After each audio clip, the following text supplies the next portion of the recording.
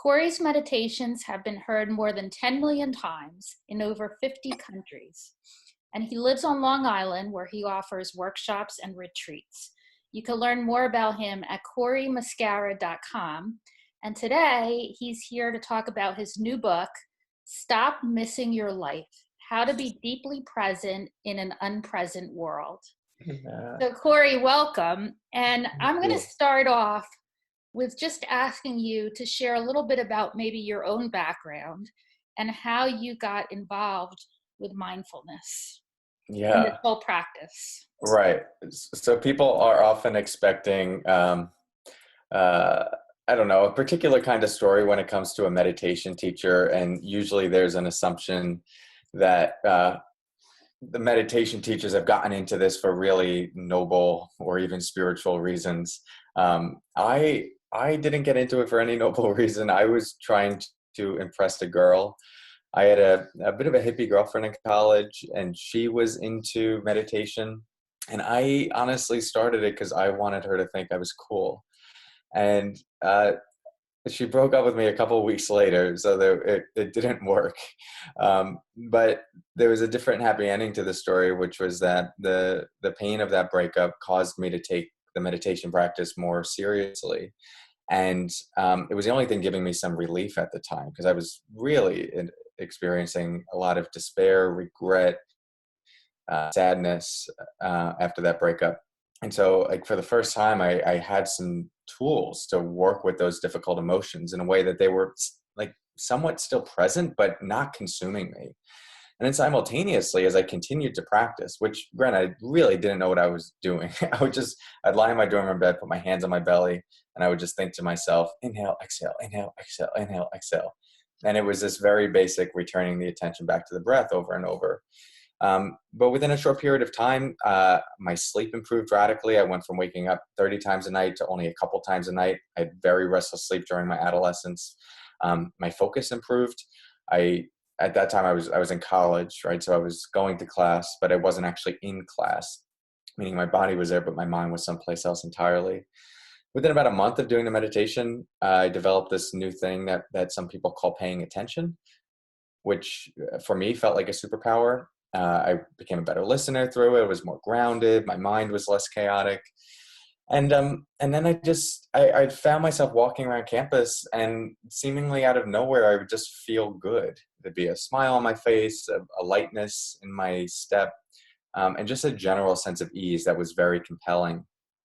And serendipitously, my father, who's a physician on Long Island, was doing self-study in the science of positive psychology and in the science of mindfulness.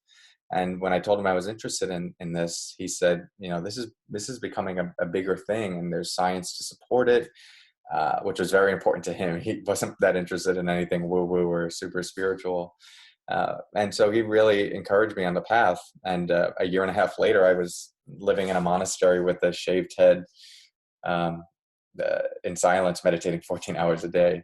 So that's a whole other story we could go into. But it started with trying to impress a girl.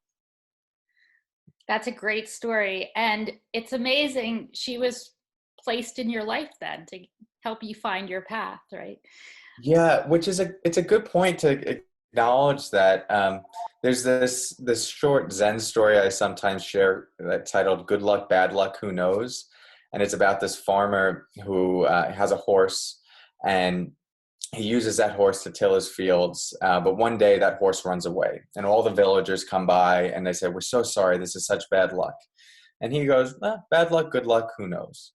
A week later, the horse comes back, and it brings another horse with it. And now he has all this extra help, and all the neighbors go, "Wow, this is such great luck." And he goes, "Good luck, bad luck, who knows?" Another week later, his son falls off the back of the horse, breaks his leg. Of course, the neighbors come by. "We're so sorry, this is such bad luck."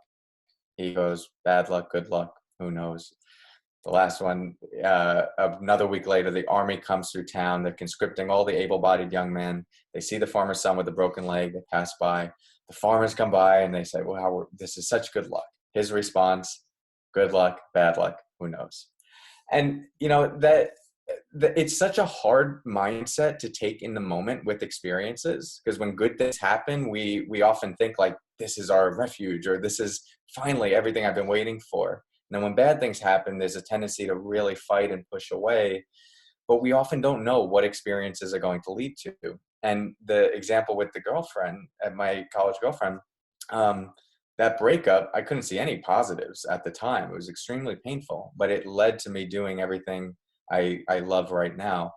And it's such a great uh, embodiment. That phrase, "good luck, bad luck, who knows," is a great embodiment of what mindfulness is. The sentiment of mindfulness, of really just being able to meet the moment as it is, without incessantly trying to make total sense of it, grasping on it at it, or pushing it away. This balanced mind that is just like, okay, this is what's here now. Can I meet it fully, show up fully, and trust what will come next? That is such great advice for life. Mm, And I think that's kind of the great mystery of life too, is we don't always know the why, but if we wait a little while, it sometimes unfolds. yes. And it's hard to have faith when it's happening. And maybe we don't always find the reasons, but we could answer it with that who knows. We Yes. don't know, right? Yeah. And I think it's a good analogy for what's happening right now. As we're recording this, we're living through COVID-19, which makes your book and your message, I think, more needed and more relevant than ever. Mhm. And your book could touch even more lives of those who are stressed out right now, facing anxiety, possibly depression, and really all of us going through this unprecedented way of life. So, can you just define in your own words what is mindfulness? Yeah. Uh, my working definition of it is, it's the practice of being with versus in our experience in a way that's spacious, curious, and heartfelt. So we'll break that down a bit. So first, it's capacity to be with our experience versus in our experience. I think a nice metaphor for that is, if you imagine a river going down a mountain, and that river representing just the stream of your life. Oftentimes we're completely sucked into the river, smashing into the white water, the rocks. Sometimes the ride is smooth, other times we're hitting the bank, and kind of just life sort of unfolds that way. In mindfulness practice, we're shifting our relationship to the experience. It's as if we're sitting on the bank of the river, observing it go by. It's the same river, it's the same you, but different relationship to it and a different experience entirely. And specifically in mindfulness meditation, that's the kind of relationship we're adopting to our experience. Where if let's say we're doing a sitting meditation, we're just doing something like focusing on our breath. We use the breath to settle our attention in the present moment. But what we're going to notice is the same internal experiences that usually arise throughout the day. All the different thoughts that arise, all the different emotions, different sensations, pains, discomforts. It doesn't go away just because we sat down and meditated. But the practice there is learning to cultivate a stillness within that we're able to observe it all happening without immediately getting sucked into the white water, fighting it, resisting it, pushing it, or letting it take us wherever it wants to go. So that shift in relationship is freeing. And sometimes, like if I share the river metaphor, people go, well, I don't want to just be watching my life go by. Like I want to be in my life fully. So it might not be the best way to think about it. There's a third way to be in relationship to the river, which is we're learning how to kayak. And I think we could think of mindfulness as that, learning to move fluidly with our moments in a way that we're not completely sucked into it.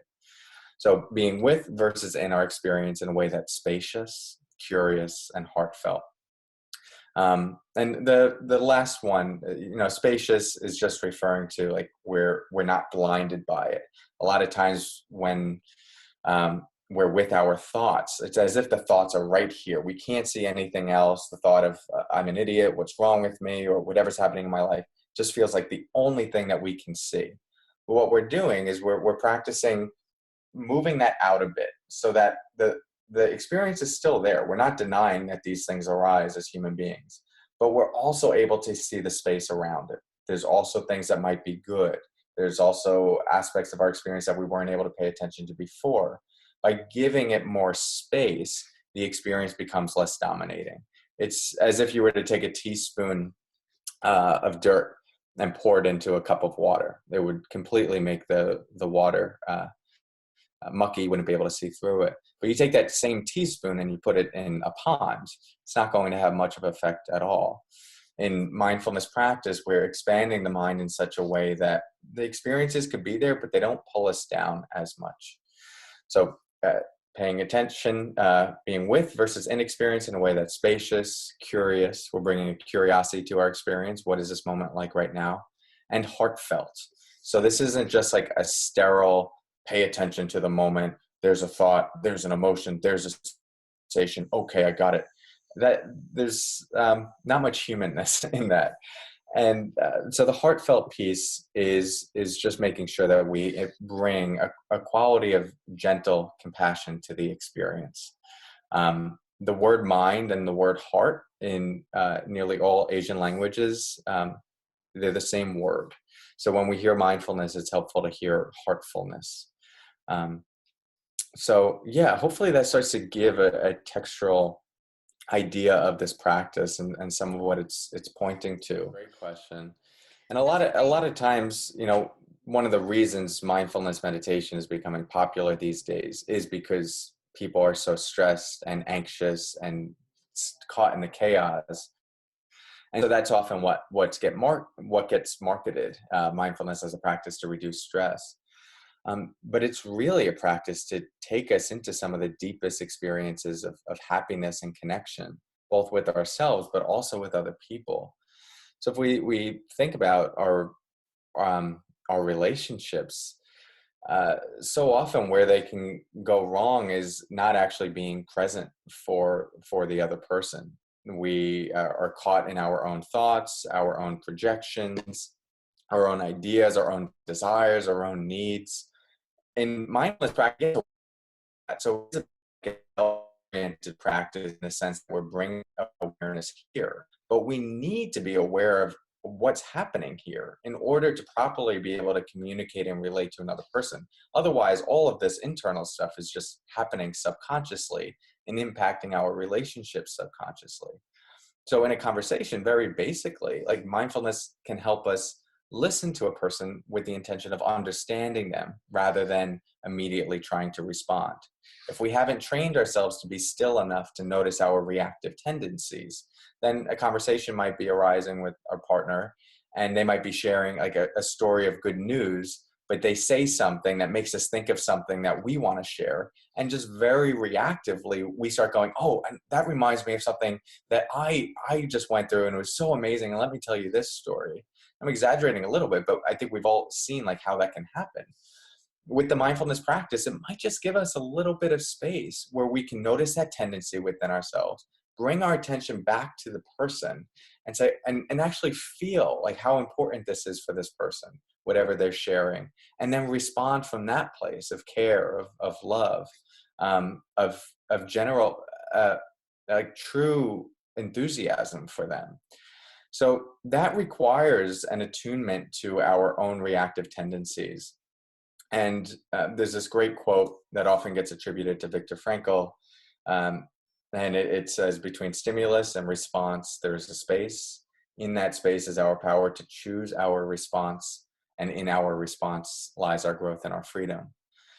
If I could encapsulate in one sentence in what mindfulness helps us do, it's really to see that space between stimulus and response and then inhabit that space. And it's only in that space that we can lead our lives with any sort of intentionality. It's only in that space that we can grow our relationships. Otherwise, we're just reacting to the same patterns of conditioning we've had our entire lives.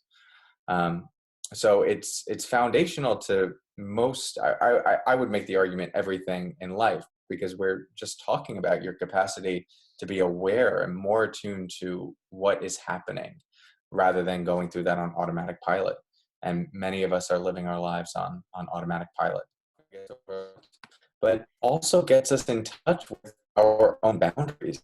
We start getting sensitized to, like, whoa, this person is saying something to me that just feels like too much right now. I've been quarantined with them for 4 weeks. Like, what I actually need is to rearrange our schedule a bit and have like an hour where we're just not in the same room, or where I get to go on a walk by myself. Being able to feel that and trust that as being valid as anybody else's need, and then responding in that way, saying, like, I actually need some time to myself. So it's not just like a learning to let everything in and I'm just totally one with everything. We're human beings, and that means we're going to have desires, we're going to have boundaries, we're going to have crave connection, we're going to crave time away from connection. So within the context of COVID-19 and the shelter in place, like, I think it's important to monitor our own needs and recognize that everyone else is going through that same process. So we give attention to ourselves, we give attention to others, and that leaning into the experience with presence and curiosity allows us to navigate it in such a way that we're dancing with one another and getting through in a way that works for everyone. How do we start? Yeah. So if we want to, let's just say, start a basic meditation practice, and let's talk about the difference between mindfulness and meditation to begin, because I've been throwing these words around almost interchangeably, but they are distinct. So mindfulness is this quality of mind that we've been talking about, this quality of awareness, of presence. Meditation is more of a practice, a dedicated period of time to help develop that. So you can think of mindfulness as like your form of fitness, mental fitness, and meditation as the gym. So if somebody wanted to develop a meditation practice, very simply, one way you can do it is just by, I mean, does it feel appropriate for us to maybe walk through a guided meditation now? I think that'd be wonderful. Okay, so let's do that. For anyone listening, like, if you're kind of on the go, even though there's not much of a place to go these days, you can still listen and you can do it with your eyes open. But if you're sitting, you can just find a comfortable posture. It doesn't have to be anything fancy. I like to say sitting upright but not uptight. The feet grounded on the floor is helpful. The hands can be palms down or palms up. I brought these bells with me, and I carry them around a lot, more than I do my cell phone. The main reason is because they make a very pleasant ringing sound. And I like to start the meditation with these bells. So I'll guide us through a short practice. There's nothing you need to know beforehand, so I'm not going to hypnotize you. You'll have full control over your mind. But the invitation will be to close your eyes if that feels comfortable. If it doesn't, it's okay for anyone to keep the eyes open, but I'll have my eyes closed as well. So you can do that now. And we'll just start by tuning into the sound of the bell. See if you can follow it from the moment it begins all the way until it dissolves into silence.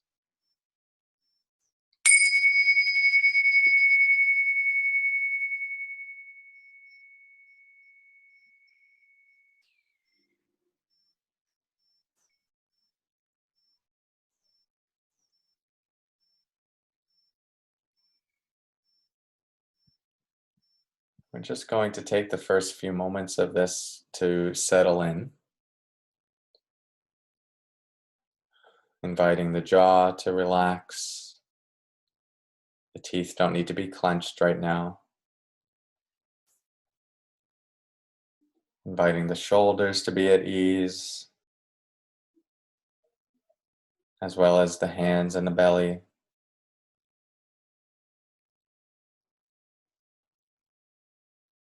When we invite the body to relax in this way, it gives the mind and the nervous system some permission to relax.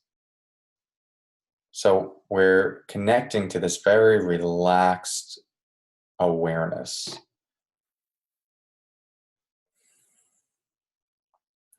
And usually at the beginning, if we're first starting out, sometimes it can feel weird to be still and to do something that feels a lot like doing nothing.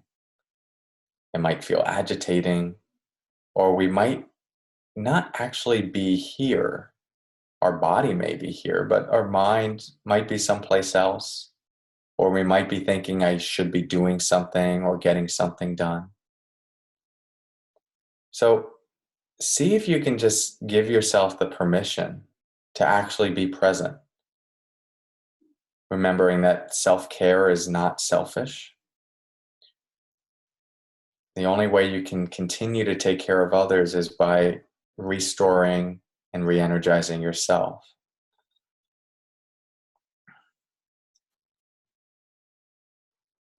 And from this more calm, grounded place, we'll just become aware of the fact that we're breathing.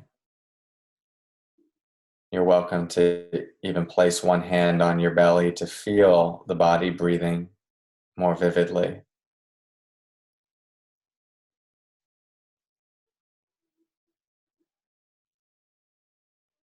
And we can view the breath as our anchor point. So in the same way that an anchor stabilizes a boat, the breath can help stabilize our attention.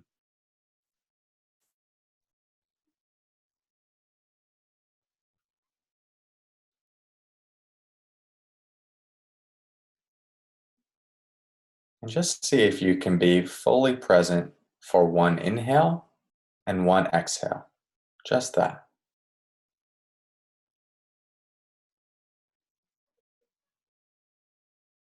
And if you can do it once, then try another one.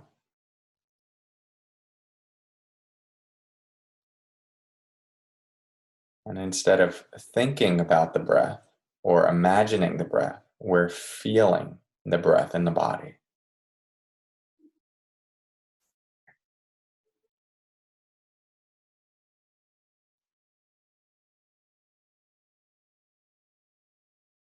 Now, it won't be long before you find the mind likes to think, easily gets distracted, wants to do something else.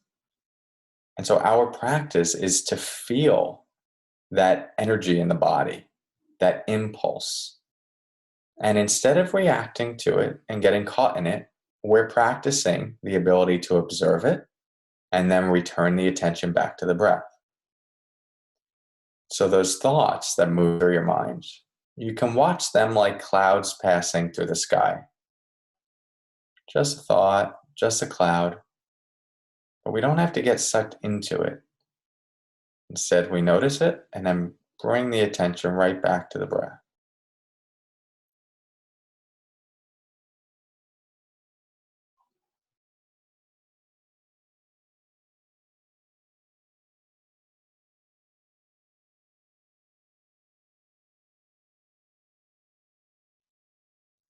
There's nothing to overthink with this.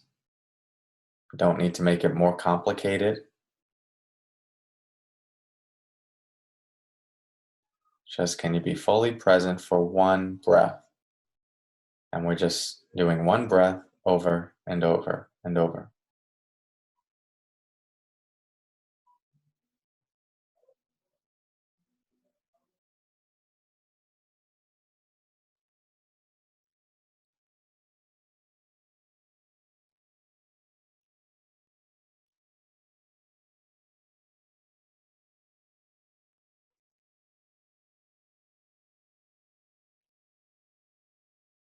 As we come to the close of this meditation, I'll ring the bells 3 times.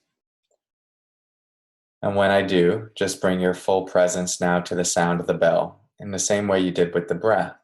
And see if you can pay attention to the bell all the way until each time it dissolves into silence.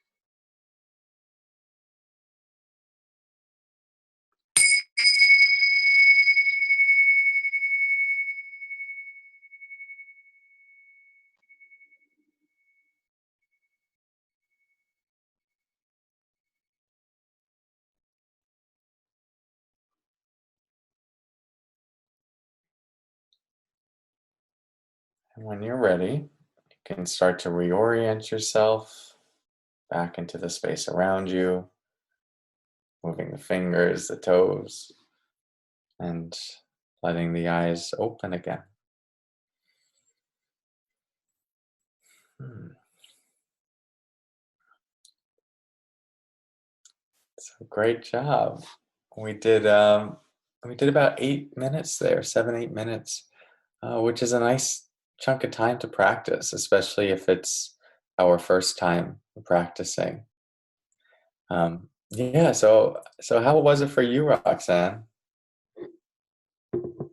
Oh, you're muted. Sorry, it's like taking a mental break in a way. Yes. And the challenge with meditation I've always had is that the challenge and also the beautiful thing, I think, is that we don't realize how many thoughts are going through our mind at any given time. Yes. Both, especially as an adult and you have all these responsibilities, you're thinking, okay, what do I have to do next? Who needs what? Mm. Who needs me for what? And usually it's you're juggling multiple things at once, and then the what ifs that pop in and the self-doubts that pop in and all these thoughts that pop into our minds.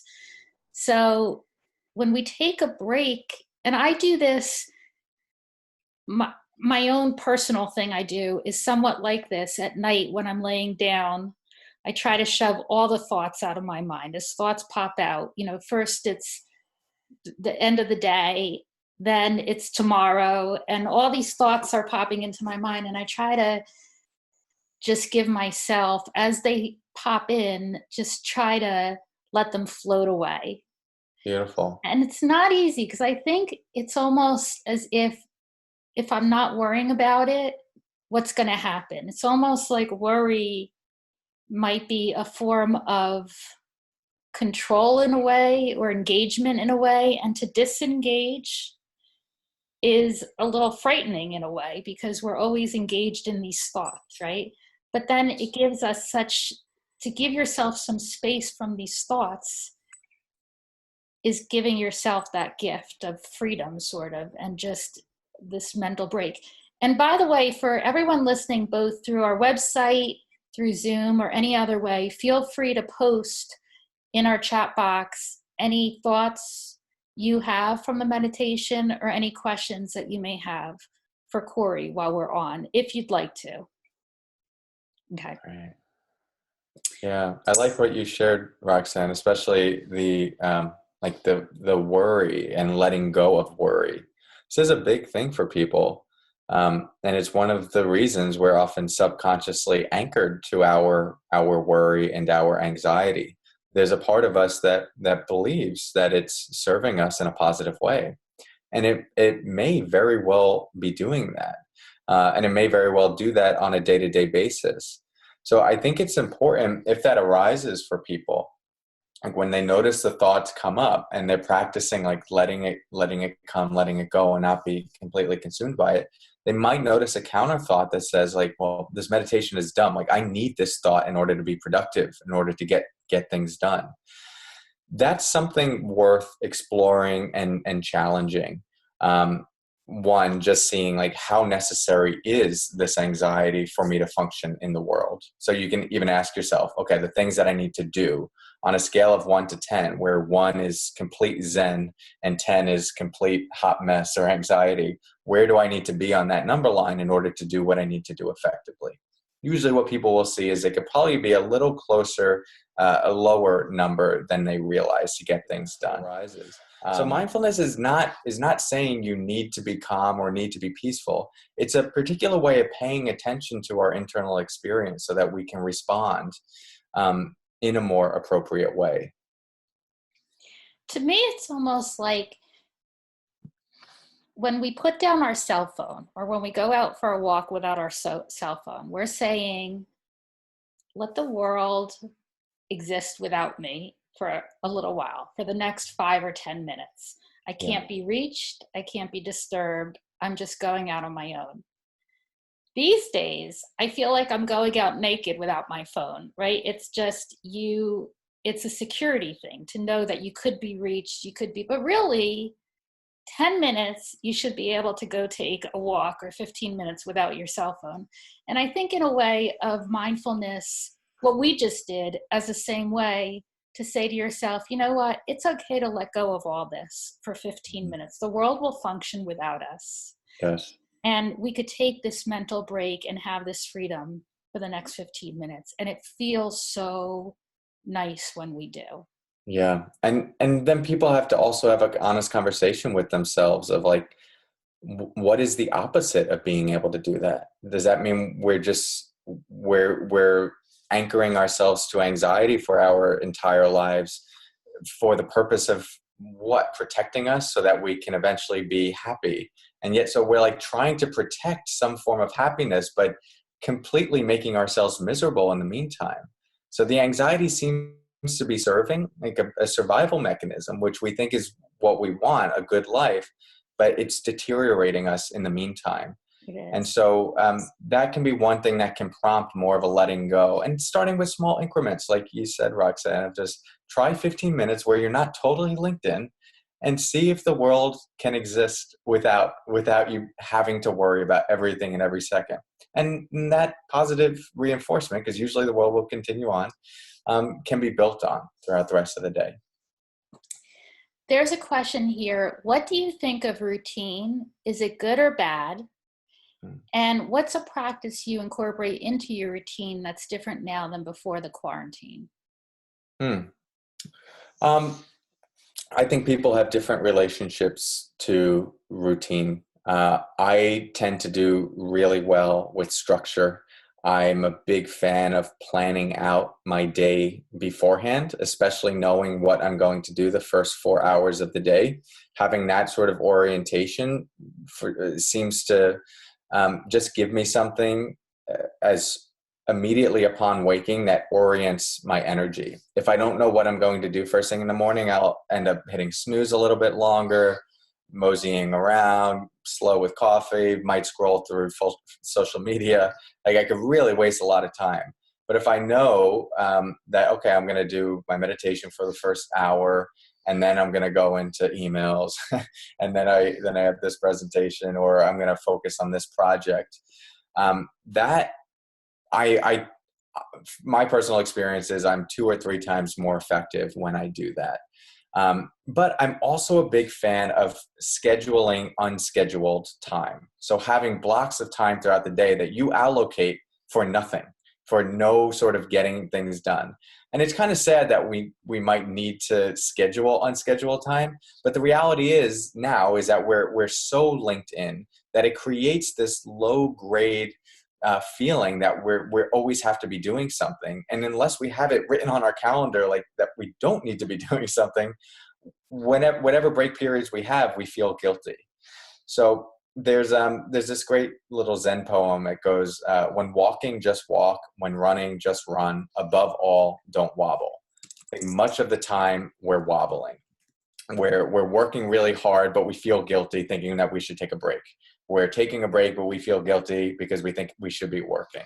So scheduling out the day gives us permission to be doing whatever it is we're doing. I think it's personally a recipe for presence. But other people orient their lives differently and find that structure, routine feels oppressive to them and is less effective.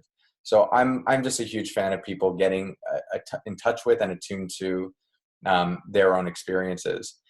One thing I have done since, or I'm working with now with the quarantine, is, I mean, I hate to give like a classic meditation teacher response, but I have been adding meditation to right before bed. So my partner, Brianna, and I have been watching the Netflix series Outlander, which is amazing if anyone is looking for a good Netflix series to binge. But it can be violent and intense at times. And what I notice is as we're watching that before bed, it stirs up my nervous system, and my sleep is not as good. And I wear this thing called an Aura ring that tracks my sleep and my heart rate.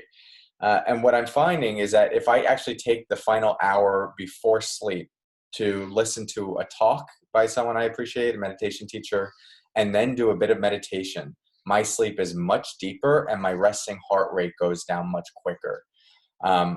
So that's something I'm bringing into my routine as a way just to like keep some structure and not let the day become this whole sort of soup where it's like, oh, Netflix, social media, emails, maybe I'll meditate, I'll go outside. I do think having some structure can be helpful to orient the brain and feel like we're still autonomously engaging in our life. But before this started, I mentioned that I have a daughter who's 9 years old and has always had this calmness about her. So during your meditation just now, I brought her into the room and we followed it together just now. Wonderful. What else could we do to bring these techniques, especially as parents? What could we do to give mindfulness, meditation, these techniques, to share them with others that we love, and especially our kids, to help them have this from an early age as they go through life? Yeah. Well, I'll give you something super practical and then I'll go into more detailed stuff. The first is a very simple exercise called Take 5 that adults can do and kids can do. So I want everyone listening, we'll do this together. It's a fun little exercise. You take out your left hand as if you were holding a pizza pie. And then you take out your right pointer finger and place it in the palm of your hand right around your wrist. Now what we do is we slide the pointer finger up the thumb while taking an inhale through the nose. So sliding up and breathing in. And then slide back down, exhale through the mouth. Slide up the pointer finger, inhale. Back down. Up the middle finger, inhale. Back down, exhale. Up the ring. Back down. And pinky. Back down. Great. So that's Take 5. It's very simple, doesn't take more than 20 seconds. This is a kids exercise. And so kids really seem to love it. I teach it in schools. And within a week, the whole school district knows about Take 5 because it's just so easy to scale and share with other people. They do it before exams. They do it if their parents are yelling at night. They do it before they go to sleep, first thing in the morning. Really helpful way, especially for a kid, with the tactile nature of it and syncing it with the breath, to engage the parasympathetic nervous system and settle down. However, even though it's a kid's exercise, I teach it to adults. And then I said, am I going to be bold enough to go into corporations and tell executives to pet their pinkies every time they're stressed out? And I did that and had the CEO who said, Cory, all the meditation stuff, that's good. But I got to say, that Take 5 thing, that's phenomenal. I just love that exercise. So there's something about it that's really simple and easy. And it gives you an immediate sense of achievement. Like sometimes with the meditation, we don't know how long should I do it, a minute, 20 minutes. With Take 5, you know there's a beginning and there's an end. And then you feel like, okay, I accomplished something, which is great. So that's something that I recommend for everyone. And parents can do it with their children. Another thing that you could do at the dinner table or before bed is just asking your child, it's called the rose and the thorn exercise. So asking, what is one rose that happened today and what is one thorn that happened today?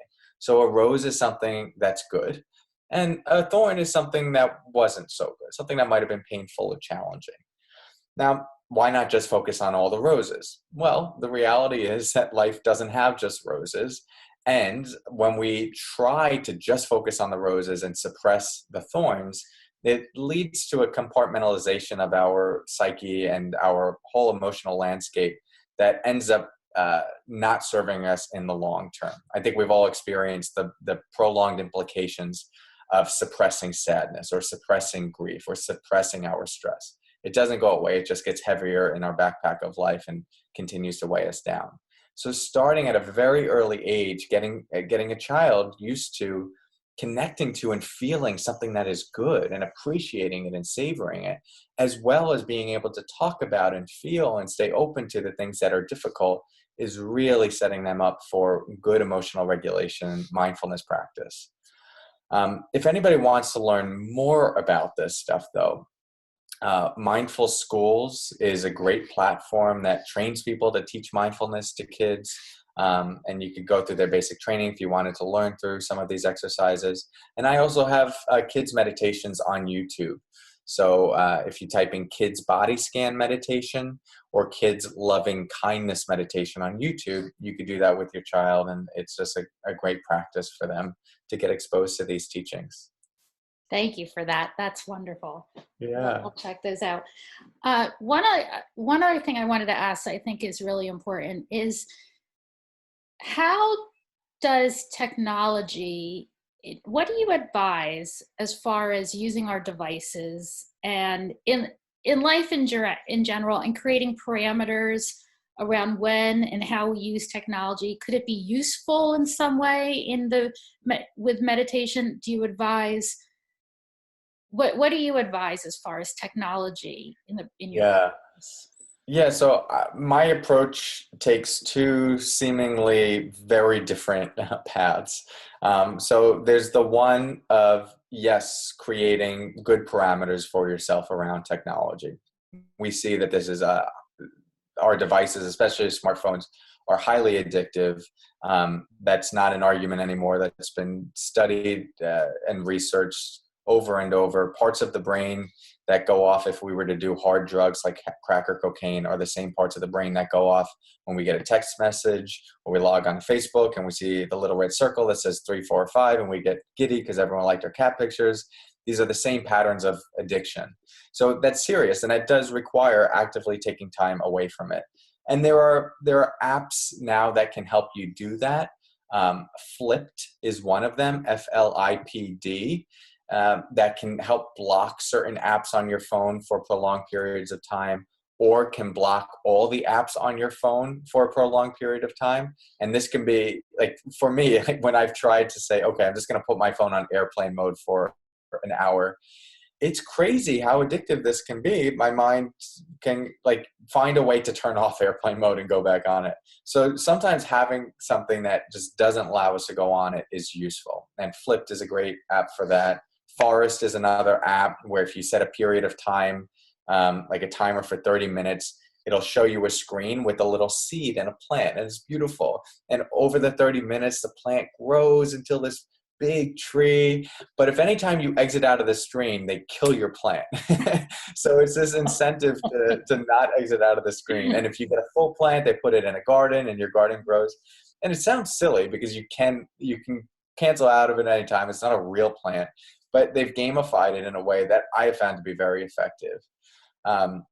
And then, of course, like Apple, iPhones have screen time now that you can block certain apps and determine when you're going to go on and not go on. So, and I have a whole section in the book just devoted to different technology apps that you can use in addition to the ones I just shared. But so that's one approach, like setting parameters around it, when to use it, when not to use it, putting on an airplane mode in the evening, not turning it off until a couple hours in the morning. But then there's the other path, which is that this is a big part of our life.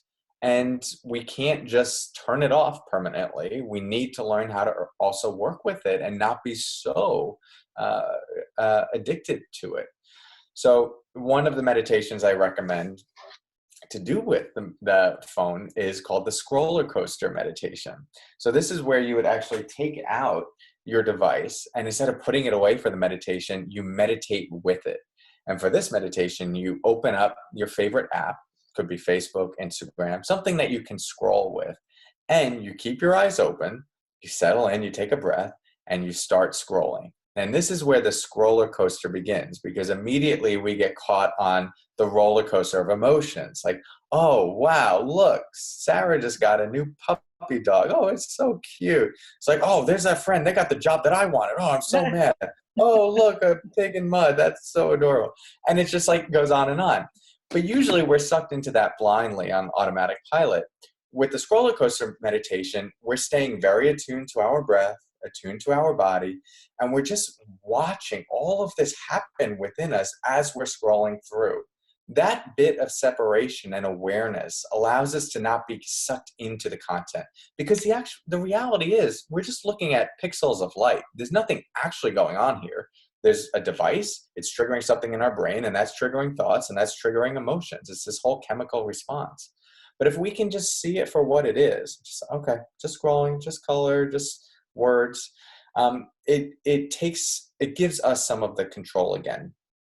And while you're doing that, and so that's something you could do for 5 minutes, the scroller coaster meditation, set a timer, and then once it's over, make sure you put the phone away. The scroller coaster is over, no more scrolling. But while you're doing that, you could also do a zooming in and zooming out practice, where you zoom in to the phone, like totally let yourself get sucked into it as if you were watching a movie, and then practice zooming out so that you're also attuned to the space around the phone and in your periphery. This is a great way to get in touch with just how easy it is for us to get sucked into the actual content and remember, oh, this is just a device. I have a body, there's space around me. And all of that there's simple ways to reduce the hijacking that this technology has on our brain and slowly start to recondition our relationship to it. Can you hold up your book one more time so people know Yeah, what it looks like? love to. Yeah. And it's available wherever books are sold. I'm asking that you please remember the independent bookstores at this time, all those independents across the country that are affected by COVID-19, and would appreciate hearing from you. And Cory, what is your ultimate goal that you want people to take away? How would you like this book to be used and to impact people's lives? Oh, what a beautiful question. I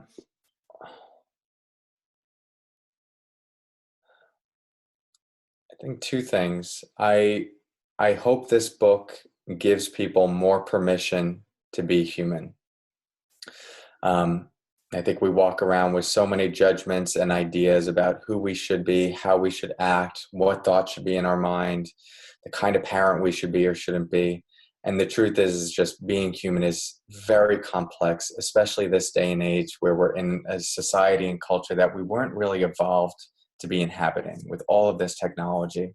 So cutting ourselves some slack, giving ourselves a permission to feel, to be confused, and to not always have the answer. I think that would be a huge gift for people. And there's so much ease when you can start to give yourself that permission. And then to also become your own best friend. Of all the things that my practice and my journey has done for me, the biggest that I'm most grateful for is the friendship I now have with myself. I feel coziness within myself, and I get a lot of things wrong and I make mistakes, and I used to really beat myself up over that. And now there's just a companionship and a forgiveness that has been the greatest gift for me and for my students. So I just hope more than anything that everyone can start to develop that relationship with themselves. So Cory's website, again, is corymuscara.com. You could follow him at Cory, Cory Muscara, Muscara, on Facebook, Twitter, and Instagram. The book is Stop Missing Your Life, how to be deeply present in an unpresent world. This is a type of book that I think will improve the life of anyone who reads it. So Cory, thank you for everything you are, for sharing so much, and for writing such a beautiful gift and putting it out to the world. Thank you very much. Thank you so much.